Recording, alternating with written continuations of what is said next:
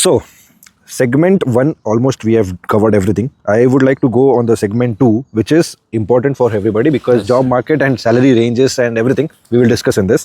And this is the most high search topic for Netherlands, for Germany. I will also add some inputs because segment 1 में हमने Netherlands के topic पे ज़्यादा बात की. So we'll make it a healthy discussion. How is it in Germany also in short this thing. Okay, now Netherlands versus Germany. Job opportunities कहाँ better है? I think Germany country is big, opportunities are more. यहाँ पे automobile industry सबसे ज़्यादा है, हमारे पास automobile industry है ही नहीं almost. But if you look at finance banking तो हमारे पास उस सेक्टर में जॉब अपॉर्चुनिटीज़ ज़्यादा है. बट अगर आपको फर्स्ट टाइम सर्च करना है तो be open. I think depending upon तुम्हारा बैकग्राउंड क्या है. सो दोनों साइड पे देर इज़ सो अगर जर्मन सीख रहे हो वेल एंड गुड बिकॉज आपको जॉब इजीली मिल जाएगी. But and you can say about it. But it does not mean कि एट द सेम टाइम आप नेदरलैंड्स में भी जॉब नहीं देख सकते हो, क्योंकि अगर आपका प्राइमरी फोकस जर्मनी आना है तो जर्मन तो इंपॉर्टेंट है ही. Keep doing that. There is no prerequisite as such to come Netherlands और डच सीख के आना है. आके सीख सकते हो जैसे मैंने किया था. बट आई थिंक जर्मनी के बारे में you know better. If I compare I think आपके पास जॉब अपॉर्चुनिटी ज़्यादा है as compare to Netherlands market. Okay, so I'll say it in this way कि Germany is the what's say heart of Europe, and for that reason the automobile sector यहाँ का बहुत boom है. Yes. It's like there's no comparison because Audi, Volkswagen, BMW, whatever. The point is कि if you are coming from India and इस point of view से अगर बात करेंगे and area wise हम लोग अगर segregate करेंगे, जैसे you're coming to pharmaceutical, you're coming to automobile, you're coming to banking sectors, healthcare sectors, so it's like different in different areas. The very basic thing or let's say criticality wise मुझे जो लगता है Germany में right now considering 2026 situation, German language के बिना यहाँ पे survive करना is difficult. Even if you get an entry somehow in with your technical skill sets, जहाँ पे आपको नेदरलैंड्स में at least you can survive right because English speaking है. तो वो एक पॉइंट अगर आपने कवर कर लिया लाइक स्पीकिंग का पॉइंट या फिर अंडरस्टैंडिंग जर्मन की प्रोफेशन से. आई विल नॉट से कि you have to be professional like C1 level C2 level, but at least you should be able to understand what's the guy is speaking in the interviews. And जैसे team में जो होता है, जैसे meetings होती है, ये सब चीज़ें होती है. और जब हम आए थे ना तब थोड़ा मार्केट ओपन भी था. आज की सिचुएशन में जहाँ पे जो लोग हैं एग्जिस्टिंग ऑलरेडी नेदरलैंड्स में, मेरे दोस्त who are again Indians, they speak better Dutch as well. थोड़ा जॉब मिलना अभी मुश्किल हो रहा है. The reason is the market is getting because of all the geopolitical things which are happening. थोड़ा मार्केट में एक saturation हो गया है. So I would say कि take time, do your own analysis as well. हम तो है ही हेल्प करने के लिए. He is already making sure that people get the true information, and that's the reason I am saying this. The reason I like his podcast is because it's all transparent, right? So जो situations अभी चल रही है, keeping those in mind, think and then focus on the exact area where you want to work, because एक बार आ गए then there is no issue. Correct. Then there is no issue. Then you will survive like anything. It's my personal experience. The first time entry is the biggest. Yeah, and see, हम लोग being an Indian, हम लोग इतने चीज़ें करते हैं ना, multiple चीज़ें वहाँ पे, कि हमको पता है कि सिचुएशन को कैसे हैंडल किया जाता है, या फिर अगर क्रक्स सिचुएशन में आ गए तो उसमें क्या करना है क्या नहीं. बिकॉज वी लाइक इंडिया में यार एक बंदा सिर्फ जॉब नहीं करता है, वो फैमिली भी संभालता है, वो जॉब करता है, वो मल्टीपल चीज़ें करता है. सो इट्स लाइक हम लोग जो बात कर रहे थे बर्नआउट की, ये टर्म मैंने यहाँ आके सुना था. We are used to work under pressure, we are used to deliver under pressure. यहाँ पे थोड़ा सा, and because of that we have that opportunity to stand out. Correct. See it's like कि आपने कभी वहाँ पे 8 आवर्स का जॉब नहीं किया. मैं तो मतलब कभी देखा भी नहीं कि हम लोग 8 घंटे में ही घर पे चले गए. तो इट्स लाइक हियर वहाँ पे आपका 12 घंटा 15 घंटा 18 घंटा व्हाटएवर आपने इतना काम किया है ना कि you know how to do work. So काम का किसी को मैंने आज तक नहीं देखा कि कोई इंडियन है और उसको काम नहीं जमा. यहाँ पे आप एक बार कंपनी में घुस गए ना तो you know how to work.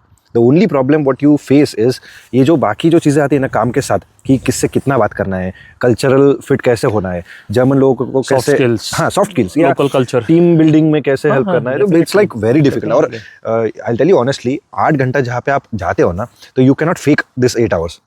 You can do your work. आपका काम खत्म हो गया, खत्म. But it's not only work. Work के बाद भी चीज़ें आती है, जैसे टीम कलीग के साथ बात करना, उसके साथ कहीं बाहर चले गए, टीम इवेंट्स होते हैं, मीटिंग्स होते हैं. एंड अगर उसमें आप रिस्पेक्ट गेन करने में मुझे एटलीस्ट फर्स्ट 4 years लगे थे. टाइम लगता है. Until now I have so good friends.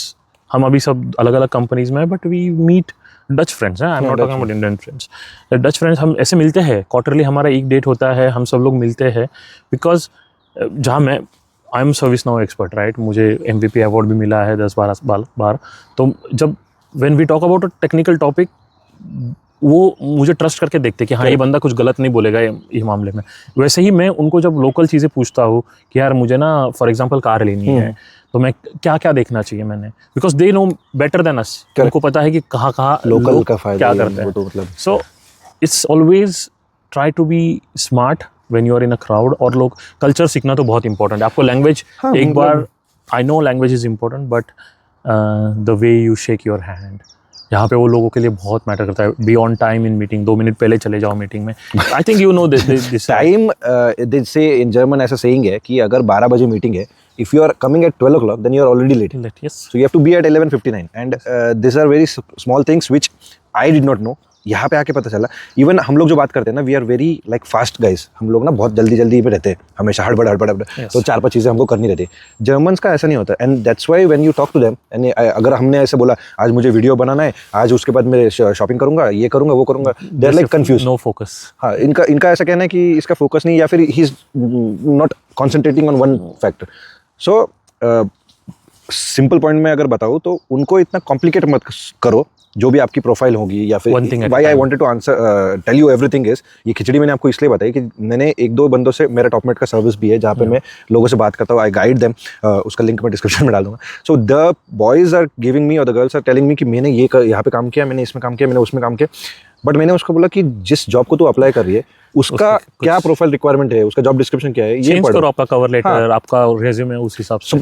When you are talking to a German guy, वो बंदा इतना फास्ट नहीं होता जितना अपने को लगता है। Fast in the sense, I am not talking about his skills, मैं बोल रहा हूँ कि उनका ना लाइफ ऐसा सिंपल है। सो जर्मन्स या हो European culture, what I have seen is, वो लोग ऐसे इजी वे में रहते हैं। हाँ, सो ट्राई देख लो, हाँ, मतलब easy like put whatever you are putting in front of them, just make sure कि तुम उनको सिंप्लीफाई वे में बता रहे हो। ऐसे नहीं कि ये भी कर रहा हूँ, वो भी कर रहा हूँ, इसमें मेरा एक्सपीरियंस है, और सब चीज़ों को हाँ नहीं बोलना है।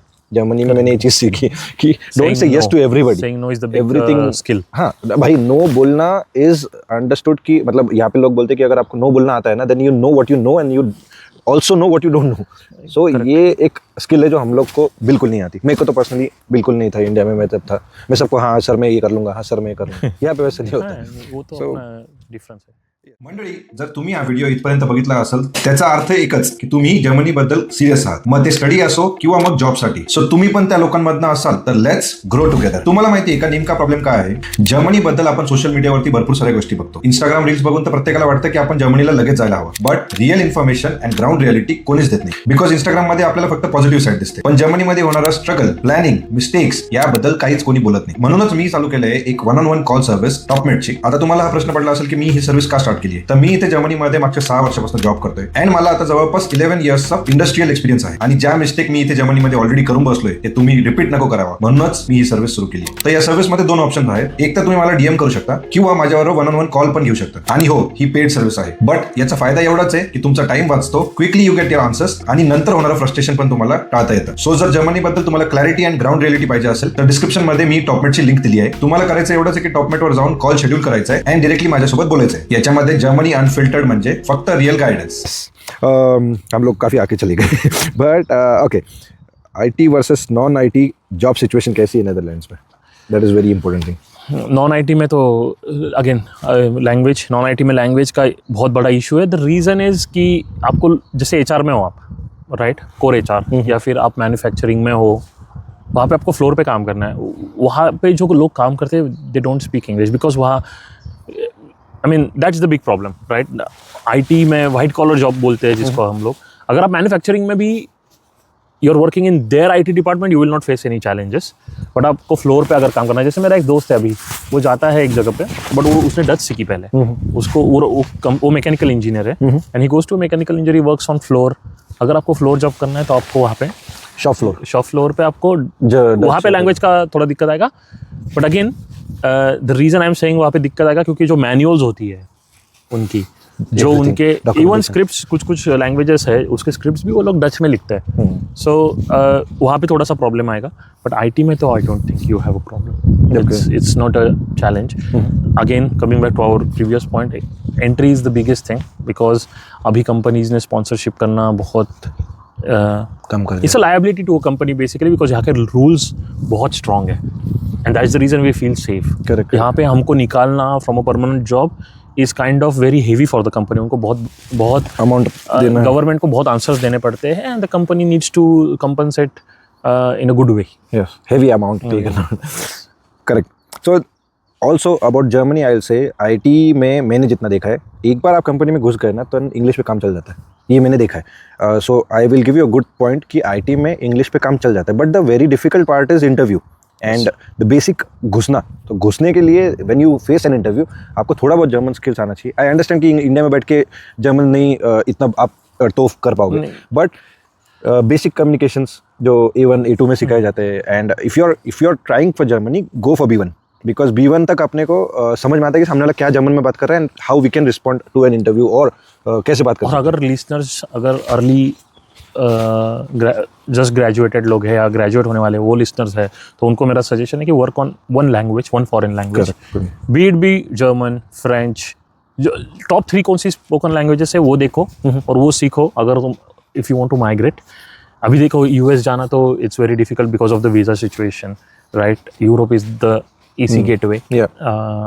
So early graduated people या जो होने वाले हैं ग्रेजुएट उनको तो लैंग्वेज में काम करना ही चाहिए any language I don't mind जहाँ पे उनको जाना है वहाँ का एक लैंग्वेज सीख लो it will be very easy correct and again to add up one thing IT के मैंने बात किया जर्मनी का नॉन IT में I would say see I am also non IT guy automation guy एक सिंपल वे में अगर मैं एक्सप्लेन करूँ ना जहाँ पे मुझे कस्टमर से बात करना है वहाँ पे जर्मन लैंग्वेज आना है बिकॉज इंग्लिश में there are some people who talk in English in Germany but ना आपको वो बंदा मिलने का आपका नसीब है मतलब आप जिस कंपनी में जा रहे हो उसमें वो बंदा बात करेगा एंड उसके मूड पे भी है कि अगर उसको लगेगा कि आई am not interested it's like ऐसा है ना कि मतलब non technical non IT jobs में मैकेनिकल हो ऑटोमेशन हो what ever all health care what ever I think if you know कि आपके जॉब में कस्टमर फेसिंग है तो अंडरस्टैंड दिस पॉइंट कि आपको जर्मन सीखना पड़ेगा आज नहीं तो कल एंड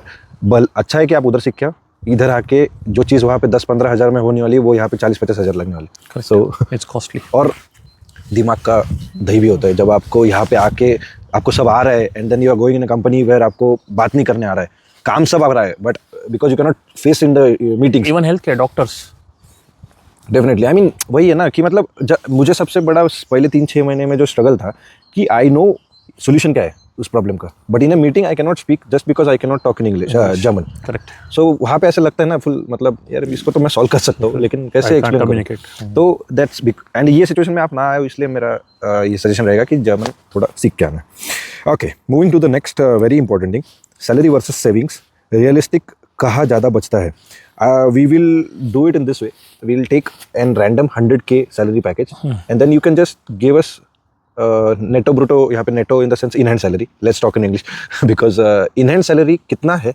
आप टैक्स को पकड़ के बता सकते हैं देखो the biggest advantage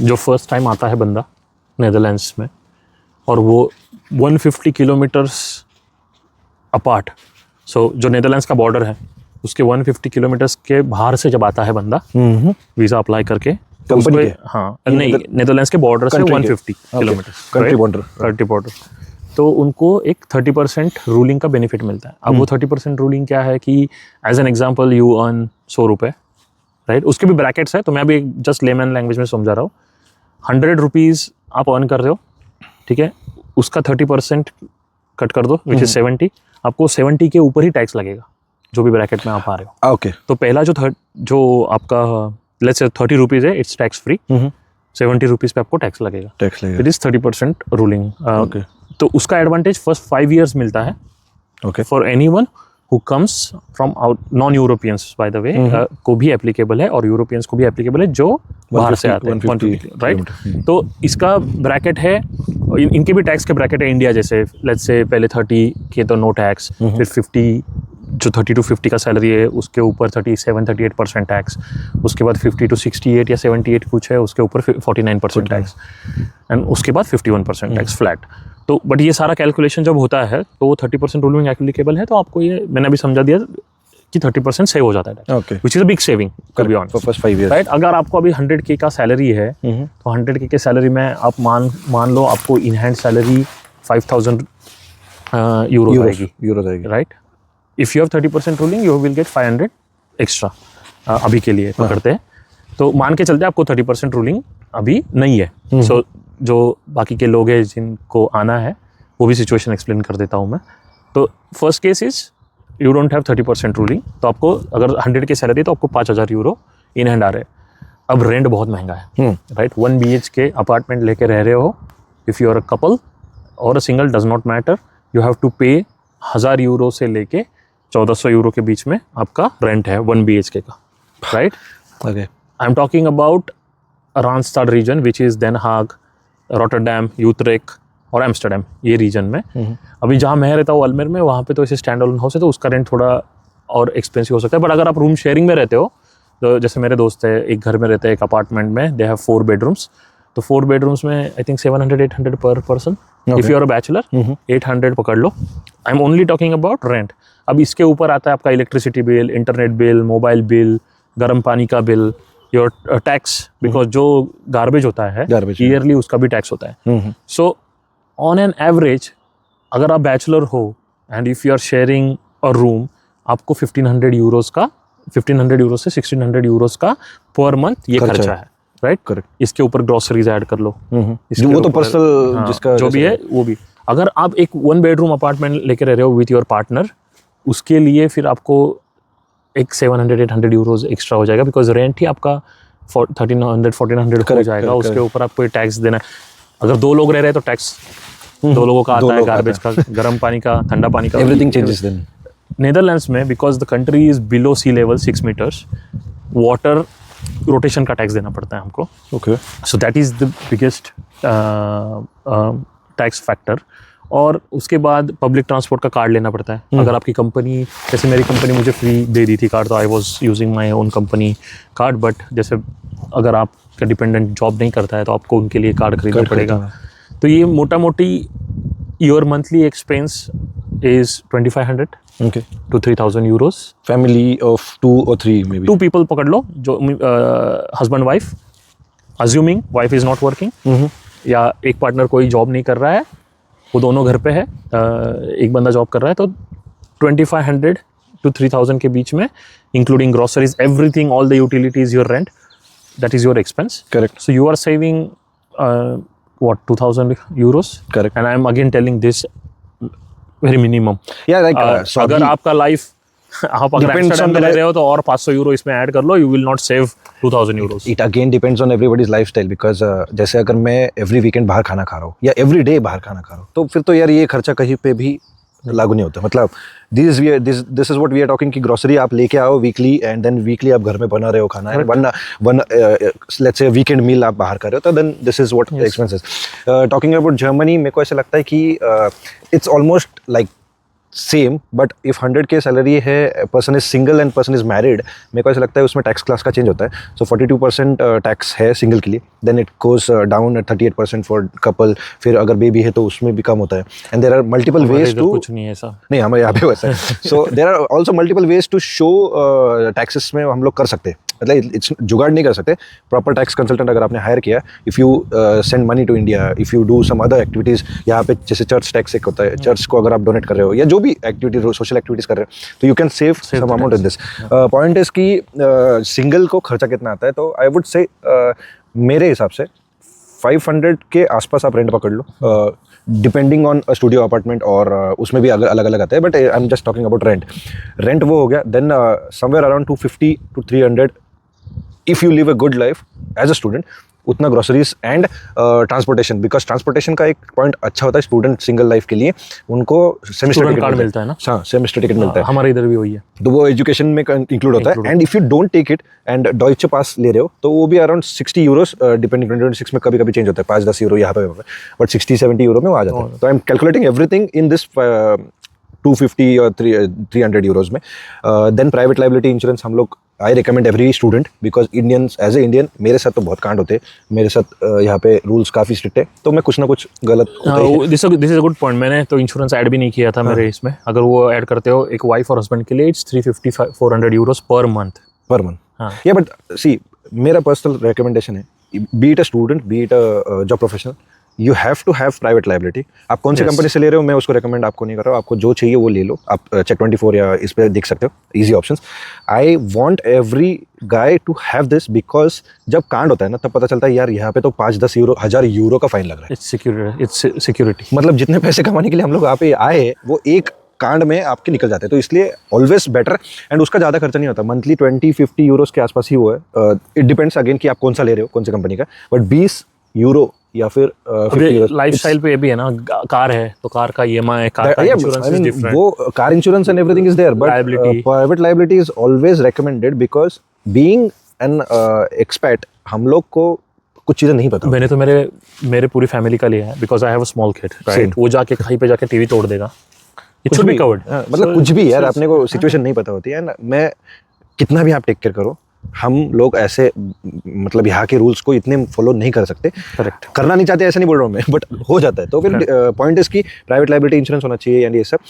coming back to the point कि स्टूडेंट्स का 800 का वो हो गया एंड लमसम 200 यूरोस कहीं अगर घूमने गए, ये बीइंग इन यूरोप ऑब्वियसली कोई, तो ये सब चीज़ें आई थिंक 1000 यूरोस के करीब आता है. And that's the reason why block account की अमाउंट 11,000 के आसपास है जो आपको दिखानी पड़ती है, बिकॉज दे डिवाइडेड बाय 12 अगर किया तो ऑलमोस्ट उतना ही होता है, 900,000. सो पॉइंट इज कि 900,000 के करीब आपको खर्चा आता है. एंड मैरिड पर्सन के लिए then it is different because double हो जाता है. बेबी होगा तो फिर वो सारी चीज़ें ऐड. हमारे इधर सिंगल पर्सन का is 2000 euros by I mean that is how it is. It's expensive than Germany. Correct. And talking about me being a couple, I'm living in a let's say an apartment of 2 BHK. जैसे पकड़ लो 70 quadrat meter मेरा apartment है. I have expenses around 2,500. I told you, I mean we had a discussion, quite healthy discussion कि कितना होता है. For us it's 1000 euros extra. हाँ, so 2500 के करीब हमारा खर्चा होता है. And again हम लोग ग्रोसरीज लेके घर में खाना खाते. वी गो आउट वीकेंड में हम लोग एक मील बाहर खा लेते. सो इट्स लाइक ऐसा नहीं कि हम लोग हर मील बाहर खाते, because every meal if you eat outside we don't go in that topics. Then वो आप देख लो, होटल के खर्चे ये सब बाकी बहुत सारी चीज़ें. सो this is like the realistic figures of salary versus savings. And salary का तो मैंने पहले ही आपको बोला कि अगर 100 के सैलरी है, tax class wise you have to calculate. Just 1 point to add, नेटो ब्रूटो रेशनर is calculator. So this is, you can Google it. आप वहाँ पे डायरेक्टली डाल सकते हो कि 100,000 euros and then it will give you a figure monthly and yearly कितना है. उसमें सोशल सिक्योरिटी भी बता दो. Everything. So it's calculated everything and then you get the last figure. जो भी आपका लास्ट नंबर है वो आपको देखना है कि ये हमने जो बोला है 2500 एंड 100K में अगर मान लो 5,000 है तो 2,500 बचते हैं. तो वो आप देख लो कि आपके लायबिलिटीज कितने हैं, क्या है, कैसे, बिकॉज सबका अलग अलग होता है. तो उस हिसाब से प्लान करो.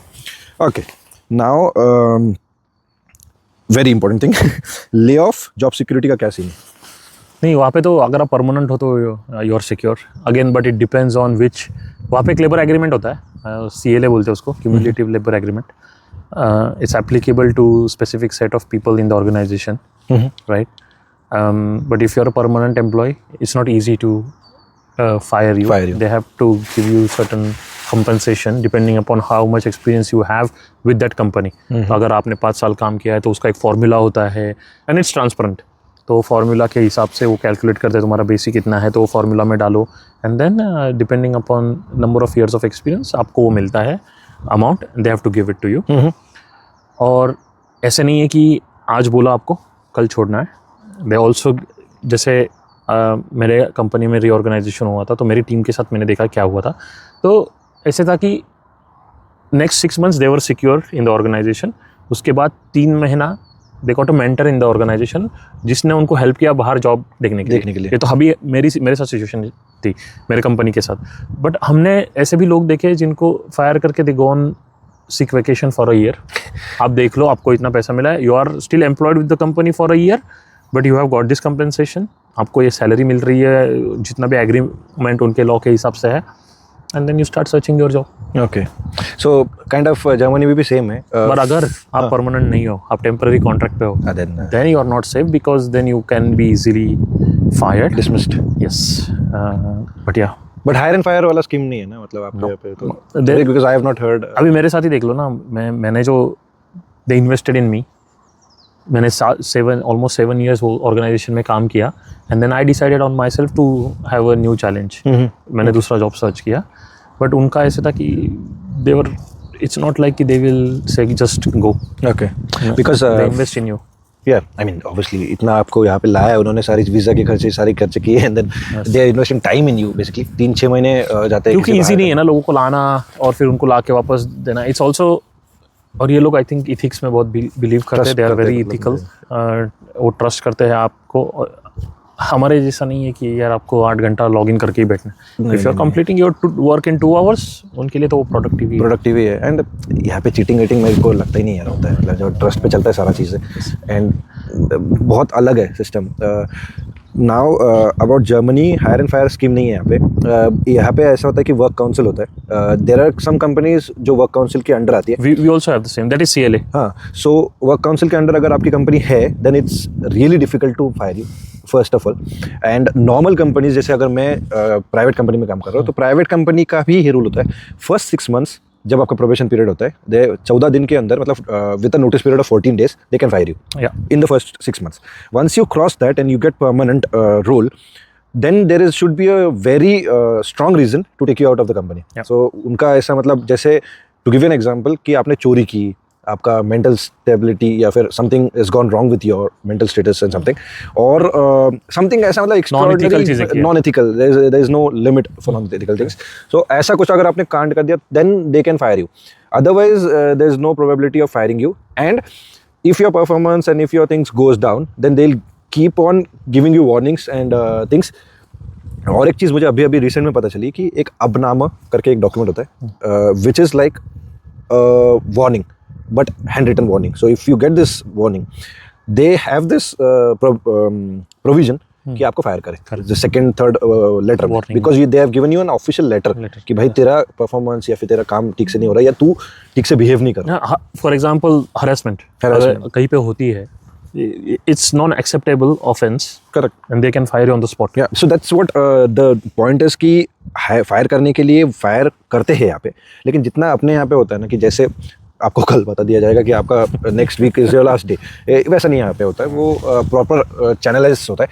Only one thing I add is कि always when you are in this situation don't sign any document, because once you sign any document there is no negotiation, there is no, आपके side में कुछ बचता ही नहीं. so whenever you are in this situation, मेरा experience ये बोलता है, जितने भी मैंने लोगों से बात किया है, always hire a good lawyer.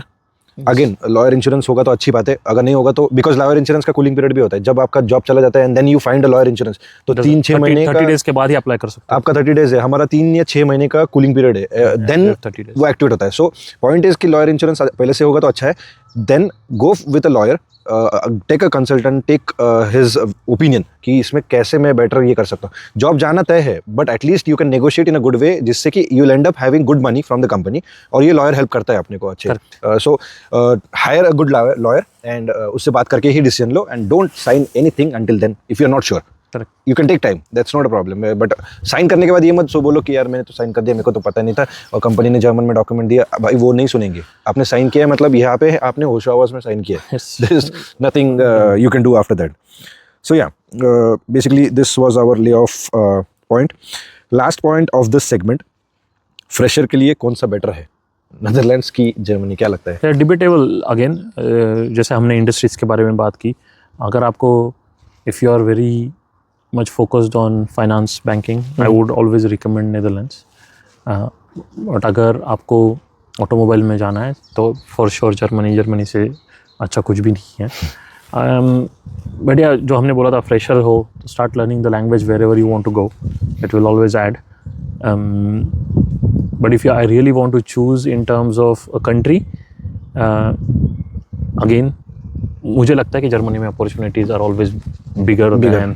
और जो नंबर मैंने देखा है, how many students from India usually come to Europe, I think Germany is on the top for migration. For last 3 years it's like universities भी अच्छी है ना, बर्लिन यूनिवर्सिटीज भी अच्छी. यार to be honest, this answer ऐसा भी दे सकते हैं हम लोग कि फ्रेशर को job, I will be very honest, Germany में थोड़ा डिफिकल्ट है, करेक्ट। Because Language. फ्रेशर को जॉब इंडिया से क्यों मिलेगा जब यहाँ पे इतने लोग अवेलेबल है। हमारे इधर भी नहीं मिलता है, वो तो मिलता ही नहीं है। हाँ मतलब आपको आके यहाँ करंट पे- सिनेरियो में बोल रहा हूँ मैं, 10-5 साल पहले अगर आप आते बिफोर कोविड, आई वुड से कोविड के पहले बहुत इजी था, फ्रेशर्स को मिलता था इनको, बट अभी यहाँ पे क्या है ना, मास्टर्स को इतने स्टूडेंट्स आए हुए हैं, there are already German people living here, there are people coming from not only India, बाकी एशियन कंट्रीज या यूएस, ऑस्ट्रेलिया, न्यूजीलैंड, सब जगह से लोग आते हैं।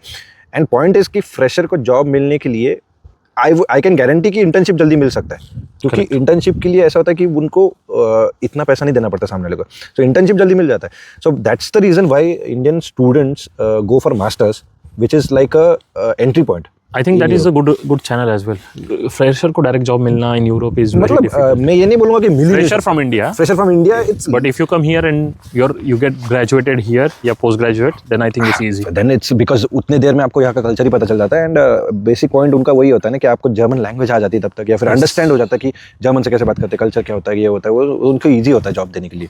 सो my answer would be from Germany's point of view, it's difficult. Cool. Yeah. So we have almost covered everything in this segment, and I think this was the main segment for the job professionals. Let's move on to the next segment, which is language reality, and this is the biggest doubt for everybody living out there. We already have discussed many points on the this thing, but there is a big confusion today कि Netherlands में English से काम चल जाता है कि नहीं।